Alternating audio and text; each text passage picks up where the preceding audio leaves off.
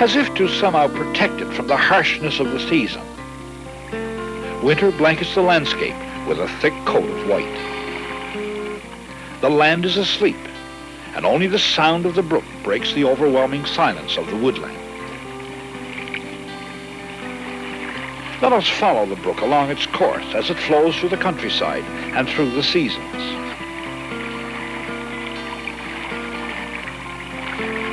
Come along with me, and through the eye of my camera, let me share with you the joy and excitement of being close to this marvelous thing called nature.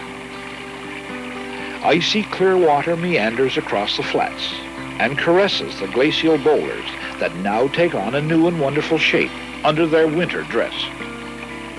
The frost, with artistic imagination, decorates the riverbanks with crystals. And the brook seems to enjoy the special attention as it dances and tumbles on its way. Winter moves along. It's now late February, and along the riverbank, the woods are also the subject of nature's attention, for March brings with it the silver thaw.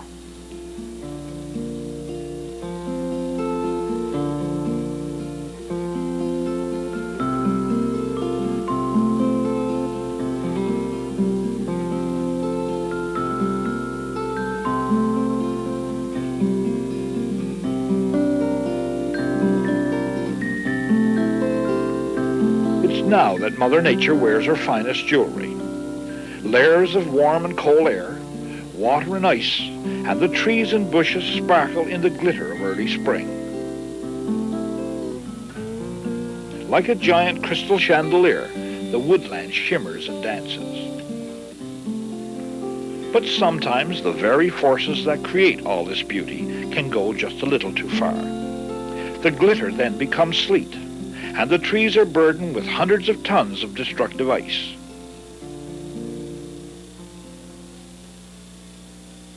But the balance of nature is precarious indeed, for just 1 degree change in temperature could mean the difference between beauty or destruction.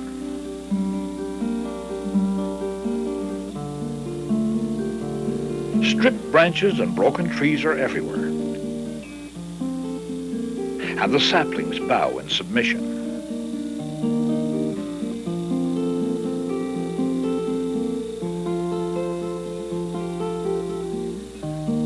But this land is strong, and the trees stubbornly await their friend to relieve them of their icy load. The April sun awakens the land and stirs within it the forces of spring.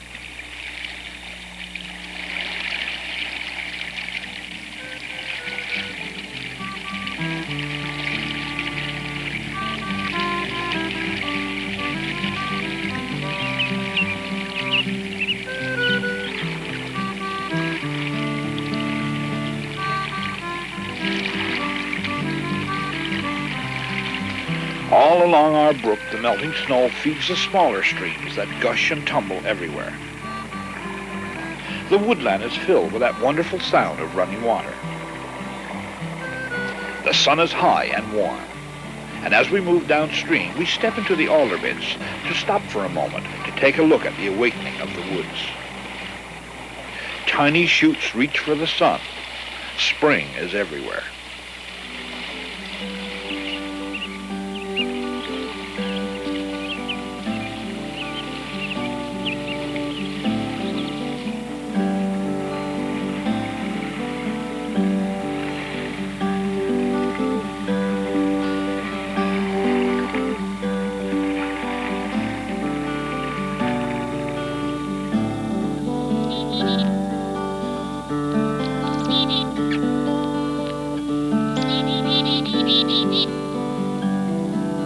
This slope on the western side of our brook is wooded with spruce and fir, with the occasional birch and juniper, and the combination of these trees makes the smells of a spring forest something special.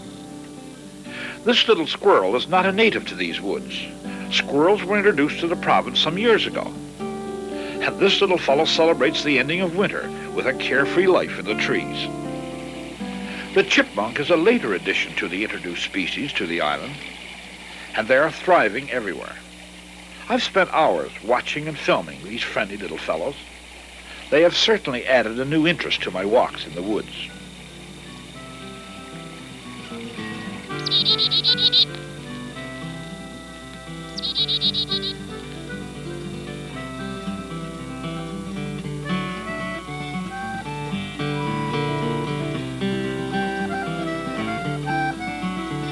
The sturdy and persistent alder catches my eye. Also the new growth on this young birch. Subjects to photograph and study surround me everywhere. I take a deep breath of clean, fresh air and enjoy this display of nature through the viewfinder of my camera.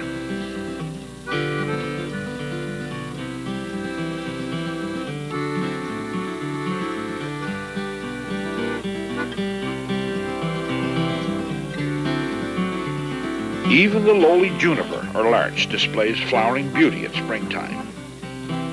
The magic of nature is everywhere.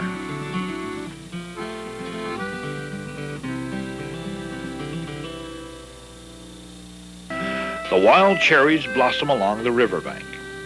The month of May brings with it warm breezes from the southwest, and the woodland blossoms.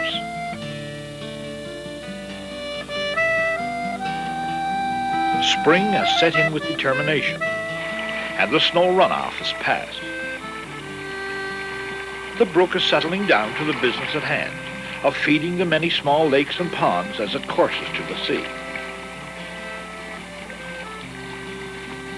Here, Canada geese have arrived to preen themselves in the warm noon sunshine. They will stay and nest in the marshy flats around the edge of the pond. They come here each year to raise their young. This pair, like all geese, have mated for life. And the old gander is very protective over his mate.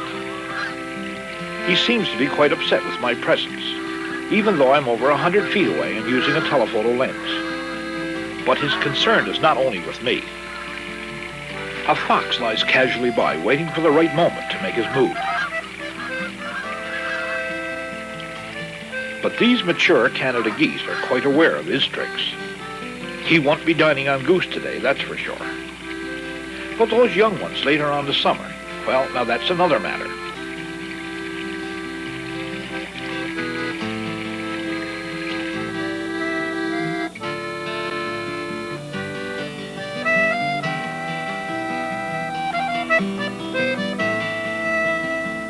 Down the pond, other waterfowl set up residence. The tall grasses and small islands and lots of feed make these small ponds ideal for nesting sites.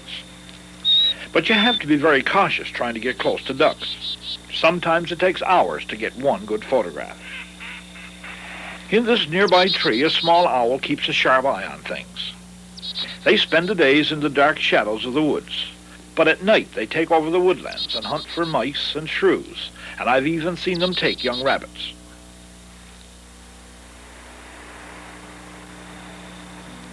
The calm, mirrored surface of the pond is broken by a visitor. This sleek and graceful swimmer is an otter. He's a curious and playful fellow, and he can entertain you for hours. Now, this little fellow moves on the pond and heads straight for me. He's curious and determined to see what I'm all about.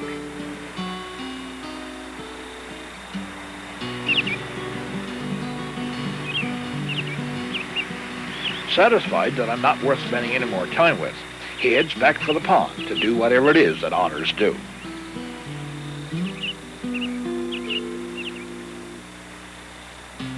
Our little owl shows little interest or appreciation of the otter, or me either, so I move on.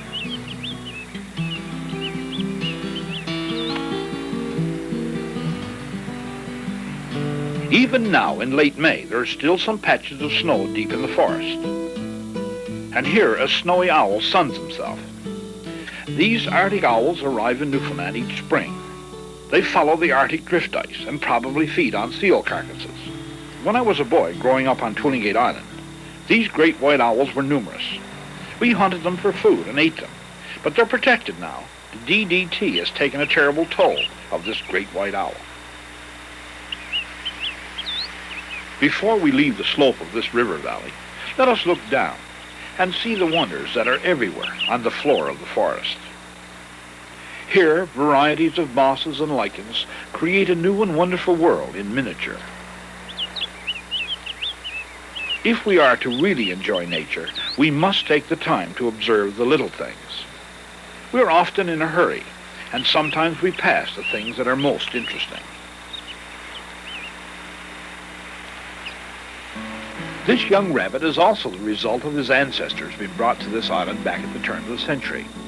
They flourished, and at one time we had the highest density of rabbit population anywhere in the world. But today, the lynx has kept that under control. Look how well he blends into his surroundings. He's almost invisible. It's impossible to see him. Well, this is the rabbit's main defense.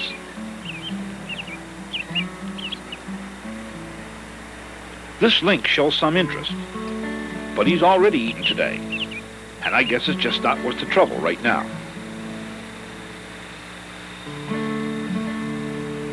But Mr. Rabbit decides that that was close enough, so he puts as much distance as possible between himself and the big cat. Life continues as usual along the brook.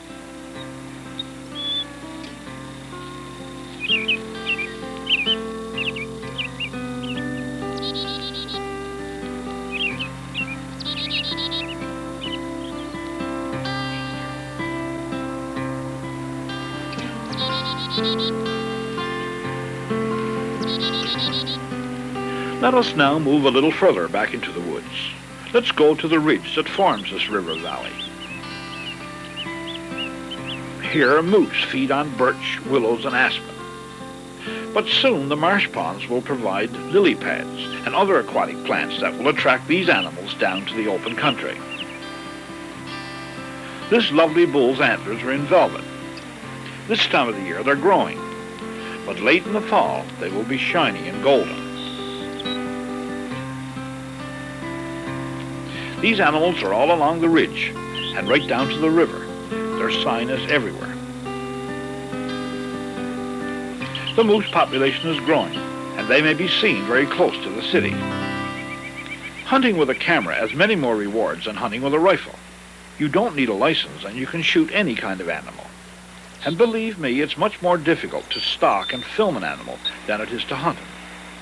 And besides, confronting a large bull moose with only a camera has its own special kind of excitement.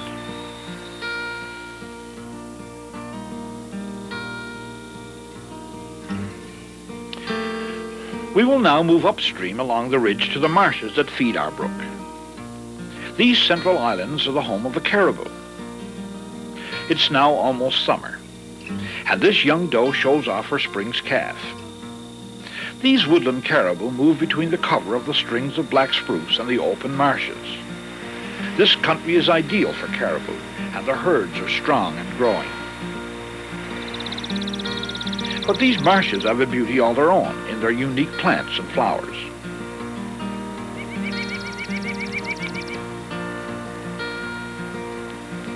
This is our provincial flower, the insect-eating pitcher plant. And here is the succulent bake apple. But it's the iris that gives a touch of elegance to the marsh.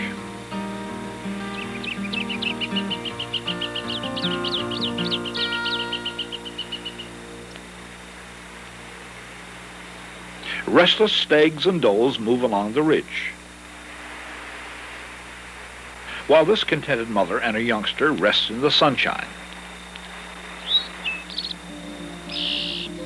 The main herd spreads out in front of me as far as I can see, while this curious little calf comes up within a few feet.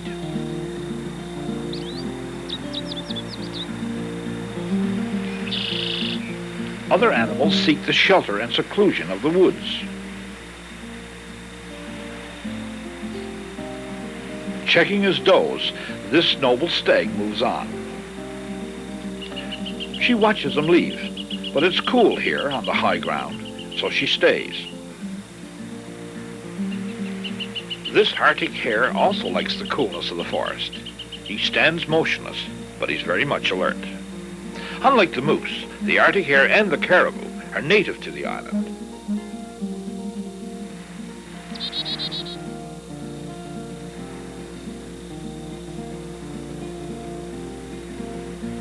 Our stag checks the scent along the trail, and he marks it with a gland underneath his eye.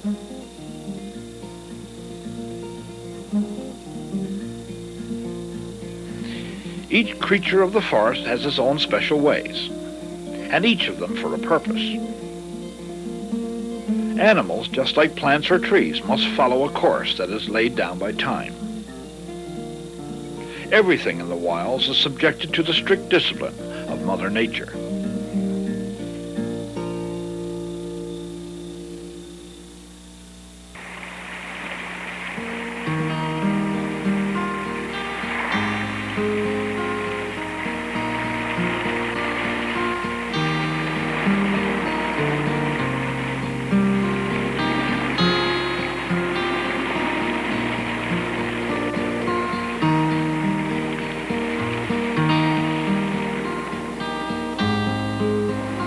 It's now early summer, and our brook is freshened by a late June rain. The sun is high this time of the year, and its strength has tamed the waters of our stream. It's now soft and warm as it tumbles over falls on the last few miles to the sea. Near the ocean, the high shoreline permits the brook to show off its real beauty as it cascades over sheer cliffs into deep, dark pools.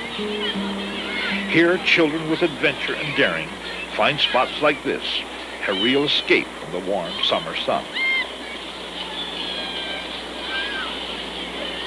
It's also a challenge, and like children everywhere, a place to show off, a place to show one's nerve and courage.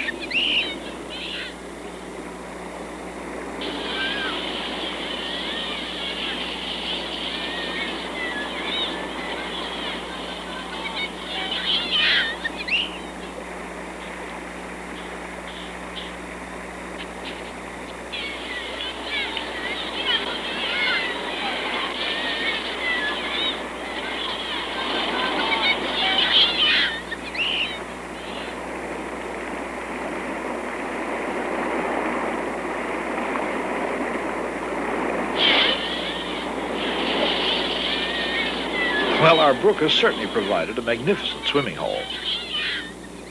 But some people from a nearby village have decided that since nature's provided such a perfect setting, they'd like to help things along just a little. So they've built changing houses, constructed paths and walkways, and have cribbed up the banks of the brook as well as the hillsides to prevent rock slides and erosion.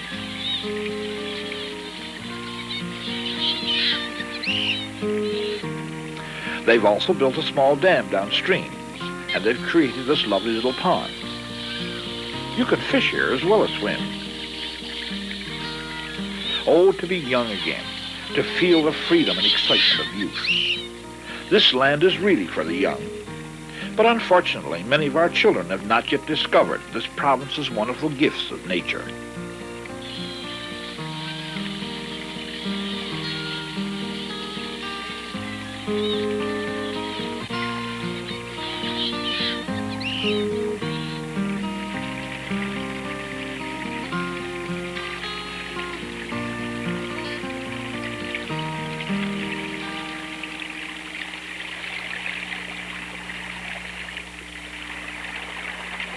July brings hot days and black flies to the woodlands, so we leave our brook and take our camera to the coastal areas of the province. Here on the northeast coast, visitors from all over the world come here to Twillingate to enjoy the cool ocean breezes, the magnificent scenery, and to photograph icebergs. These mountains of ice must surely be one of nature's greatest works. They drift into our bays and erode during the summer. They founder and break up slowly. Sometimes they stay until August. Some come to walk the beaches, while others visit by boat. This bay has thousands of lovely islands, and many sailors are now discovering this beautiful Notre Dame Bay. Once they come, they'll be back again, for this area has a certain way of getting into your blood. But I've taken you here to show you the natural beauty of the land. The hills look bleak, but just back from the saltwater spray of the ocean, nature blooms in all its glory. The color and smell of wild clover, The delicate little bluebells that share the sun with the wild sedges and grasses.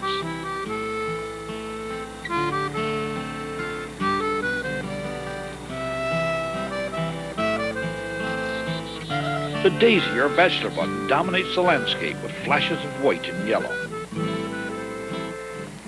Even the thistles and the stinging needles offer the photographer a contrast of shapes and colors. The very much unappreciated weed, the dandelion, is both beautiful and edible. And a variety of wild leaves and plants that just stagger the imagination. They abound everywhere.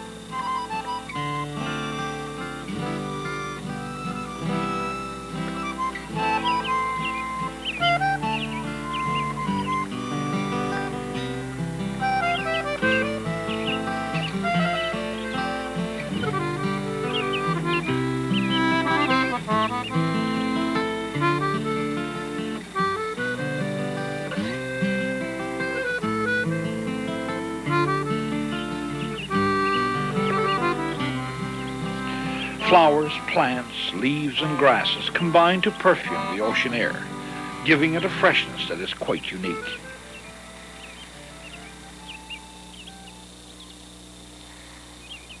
But what a perfect spot this is for a holiday. Massive granite cliffs, hills just waiting to be climbed and explored. Beaches uncrowded and clean, just waiting to captivate a family. But the beach also offers a variety of plants that stubbornly cling to the rocks just above the high water mark. The wild parsnip is quite common, and of course wild peas are tasty beyond description.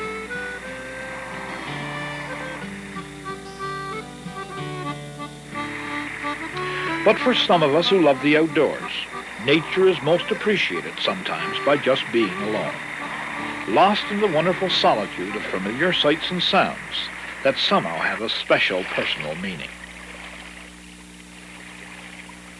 Well, summer is almost over, and there's a coolness in the air. Our brook sparkles in the September sunlight, but the photographer in me starts to yield to my fishing and hunting instincts, for large trout are now moving into the brook. I can't wait to cast a fly.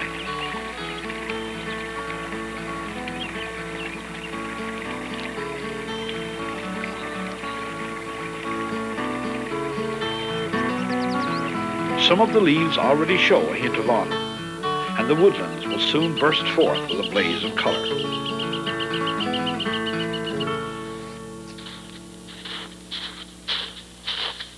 The bull moose's antlers are no longer in velvet, and the rutting season is close at hand.